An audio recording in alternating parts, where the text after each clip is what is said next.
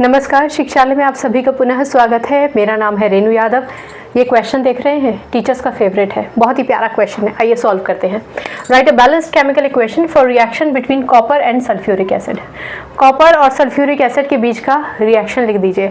ये क्वेश्चन जब आता है ना, तो इसका सोल्यूशन करने के बाद बच्चे बहुत खुश होकर मेरे पास आते हैं, मैम हमने ना इतना ईजी क्वेश्चन पूछ लिया, मैम हमने तो फटाक से एकदम इक्वेशन सॉल्व कर दिए, पता है दीदी कितना प्यारा क्वेश्चन था, करके आए। सब गलत करके आते हैं क्यों गलत करते हैं आइए सुनते हैं। अच्छा, ये गलत क्यों होता है, गलत क्यों होता है, वो सुनने से पहले मैं आपको पहले पूरा इक्वेशन समझा देती हूँ, फिर आगे बढ़ेंगे। KNaCl-MgAlZnFeSnPb जानते हैं ना। इसके बाद क्या है, इसके बाद है हमारा हाइड्रोजन भैया, तो हमने यहाँ पर लिख दिए हाइड्रोजन। ठीक, हाइड्रोजन के बाद CuHgAgAu।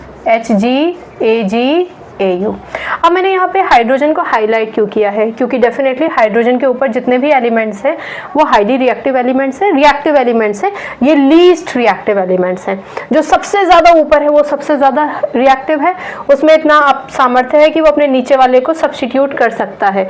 और यही सेम कहानी बाकी के साथ भी है।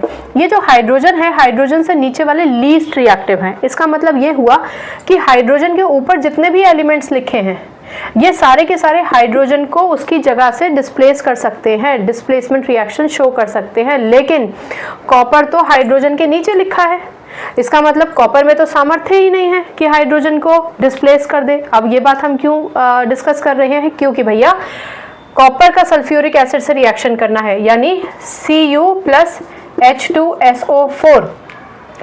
अब रिएक्शन करने के लिए चलिए अपने स्टेप्स फॉलो करते हैं। Cu2 पॉजिटिव और H क्या होता है, H पॉजिटिव, SO4 2 नेगेटिव। ठीक है, हर बार जब हम रिएक्टेंट्स को तोड़ते हैं तो हम ये बात डिस्कस करते हैं कि भैया टूट गए हैं तो हाइड्रोजन तो दोबारा से कंबाइन करेगा नहीं SO4 के साथ। लेकिन अगर कॉपर ने SO4 के साथ कंबाइन करना है, सल्फेट के साथ कंबाइन करना है, तो कॉपर में इतना सामर्थ्य तो होना चाहिए कि हाइड्रोजन को हटाओ।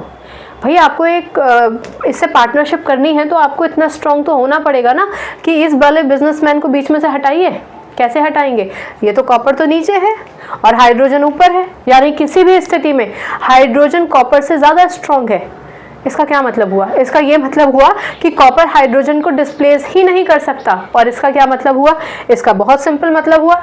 इसका मतलब ये हो गया कि क्योंकि कॉपर हाइड्रोजन को, यहाँ से हाइड्रोजन आयन को, कॉपर आयन हाइड्रोजन आयन को, या फिर कॉपर हाइड्रोजन को अपनी जगह से डिस्प्लेस ही नहीं कर सकता, इसलिए